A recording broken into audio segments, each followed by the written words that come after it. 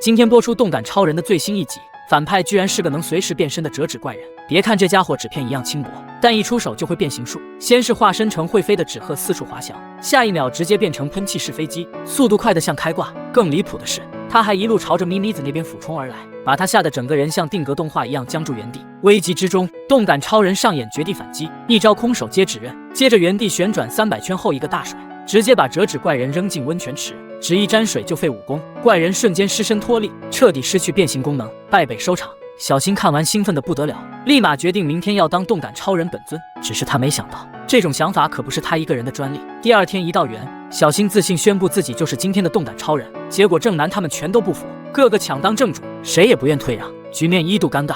风间站出来当临时裁判，提议用动感微笑大比拼来决定归属权。比赛一开始，正南第一个登场，憋出一个怪笑，结果被群嘲笑幕后黑手，毫无正义感。阿呆也不甘落后，笑不笑分不清，只用手指指嘴角证明他确实动了，角度小到需要仪器测量。轮到小新时更离谱，笑还没出来，屁股先扭得像开演唱会，被众人直接刷掉。风间这边倒是气质在线，可惜一出手就被质疑，这不是笑，这是在耍酷。眼看评选陷入混乱，妮妮果断提出新规则，谁能抓到纸飞机，谁就是今天的动感超人。他爬到高处扔出一架纸飞机，正南冲得最快，直接飞奔出去想先下手为强，可没想到规则附带隐藏条款，出发前必须喊一句动感飞毛腿，否则成绩无效。于是比赛重启，纸飞机再次起飞，这次所有人整齐划一的高喊动感飞毛腿，然后一起冲刺。可西风太不讲理，纸飞机左晃右飘，像在上演空中漂移。正南上去就扑了个空，小新尝试用嘴接，结果差点失职。阿呆跟上来也是失败收场。风间这边跳得最高，但每次抓都差1厘米，仿佛被空气调戏。就在大家同时跳跃，距离胜利一步之遥时，剧情突然反转，那架纸飞机突然升高，最终被吉永老师轻松接住。今天的动感超人就是吉永老师。结果正义还没来得及施展，老师已带着大家回教室画画，整场战斗以最艺术的方式结束。这天终于轮到妮妮妈妈圆梦，她不惜重金预约到传说中的皇家级下午茶，只为体验一次梦幻贵妇生活。据说那里的环境宛如童话城堡，还能换上传说中的洋装，在欧式金鼎茶室中优雅品茗。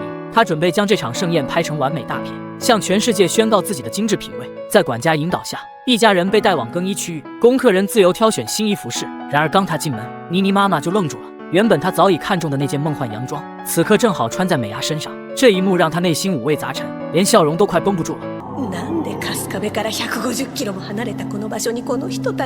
更崩溃的是，连小新进了这场贵族派对，一身小王子打扮的她，意外比妮妮还更有镜头感，这让她本就脆弱的贵妇幻想感瞬间支离破碎。但她还抱着一丝希望，寄望于自己预定的专属茶室能挽回局面。幸好这间房果然没让她失望，布置考究分为高级，虽然房间使用时间受限，但她已迫不及待掏出手机开始抢拍，将这片贵族天地牢牢封进相册。不料变数又起，妮妮爸爸换装登场，却因一副现代眼镜彻底破坏设定，怎么看都像误入皇室派对的普通上班族。更致命的是，妮妮不经意一句隔壁是小新他们，女仆听了热心邀请美伢一家共襄盛举。当小新一家迈入茶室那刻，妮妮妈妈的笑容就彻底凝固了，只能强忍着不快维持场面体面。而广志那一身国王礼服，本应属于他家的尊贵氛围，就这么轻轻松松被野原一家稀释得干干净净。可笑的还在后头，他们竟也享受到了同等级的精致甜点服务，连上桌的盘子都一模一样。面对诱人的3层蛋糕塔，妮妮妈妈和美伢都开启贵妇拍照模式，还不忘互相交流拍摄技巧。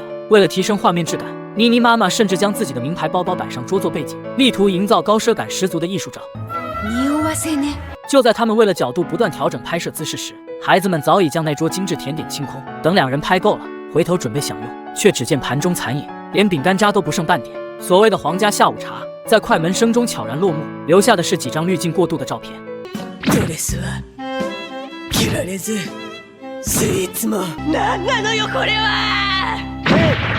阿呆能和小新齐名，果然不是白来的。金鱼比赛眼看要输，他居然靠甩鼻涕直接催眠金鱼，硬生生把比分拉了回来。事情得从小新他们逛集市说起，摊位花样百出，几个小孩看得眼花缭乱，最后还是把目标锁定在套圈游戏上。小新刚举起圈准备开干，旁边突然冒出个熟面孔，猎豹也来搅局了。两人眼神一对，赛况瞬间拉满，圈子同时飞出，结果小新一击命中，正中小饼干。这就是实力吗？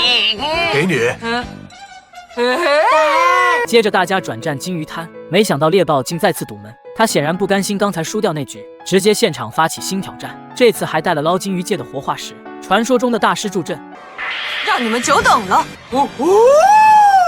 夏天还围围巾，你不热吗？比赛一触即发，正南第一个上场，动作慢到仿佛在梦游，急得妮妮在旁边直跳脚。结果他刚一伸手，纸网啪的一声就破了。紧接着妮妮亲自上阵，眼神杀气腾腾，金鱼们吓得四散游逃。他奋力一捞纸网又碎，气氛瞬间凝固。这时阿呆亮相，他头一歪，鼻涕开始摇摆，神似催眠术现场教学。结果真就有条金鱼自己蹦上了网，众人一片哗然。眼看比分领先，阿呆得意过头，鼻涕啪的掉落，纸网应声报废。轮到风间，他一脸自信上场，小新却不合时宜的摸了他一下，结果风间的纸网瞬间裂开。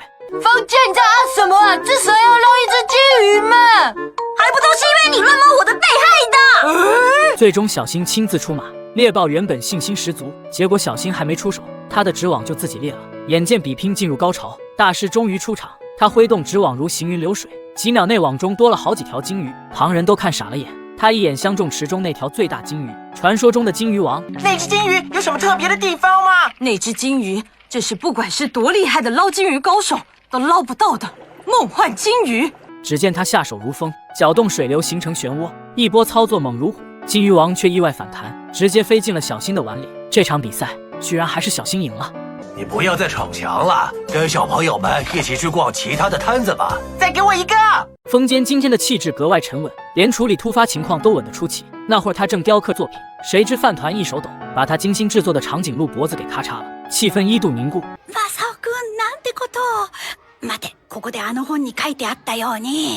饭团吓得当场鞠躬道歉，但风间却并未爆发，默数起了心中的6秒钟。他想起了饭团的好，那年夏天闷热难耐，是饭团专门跑来送他冷饮解暑。想到这儿，气自然也消了。走在路上的他，脑中还在复盘，区区6秒，竟能让人从焦躁转向从容。正走神呢，前方一个身影猛地撞了上来，风间本能的皱眉，习惯性的再次默数6秒。他脑海中突然浮现出补习班考试那次失利，是妮妮一路开导他，总能在关键时刻救他于情绪崩溃边缘。风间顿了一下，把本子递还给他，还顺口叮嘱热爱创作是好事，但走路也别忘了看路。他们随后一起去沙坑玩沙，阿呆手拿小水壶过来支援，没想到水流太猛，直接冲湿了风间的鞋子。6秒。转眼到了下午的美术课，小新却又作妖，一屁股坐下就盯上了他那套新蜡笔，几秒后就把蜡笔给弄断了，断完还回头吐槽这蜡笔质量不行啊。正准备再次默念平静口诀，可越想越来气，就用他的校服擦手。别人用6秒修心养性，小新这货倒好，是专门破坏修炼成果的定时炸弹。风间越想越委屈，他默默切换画面，开始想象未来那个稳重自持的自己，身穿西装稳坐写字楼，会议室里妙语连珠，大家都对他竖起大拇指，心头那团怒火总算被压了下去。风间心中暗喜，果然变得更成熟了。小新为了表达感谢，破天荒的邀请风间放学后来家里玩一圈，美伢也很给面子，端出一盘造型各异的饼干来招待。风间一眼就看中那个方方正正的饼干，小新却抢先一步，毫不犹豫地抓起来塞嘴里，但他还是默默启动6秒模式。这些想象帮他冷静克制不发飙。6秒过去，人倒是冷静了，饼干却没了，只剩最后一块。小新随后转身跑去冰箱，拿了布丁递给风间当补偿，直到厨房里传来美伢的声音：“谁允许你们吃布丁的？”气氛瞬间凝固。小新秒答风间说他想吃的，甩锅速度堪比职业选手。风间第一次见识到美伢发火的气场，原地傻住。倒是美伢见怪不怪，让风间别管那小子，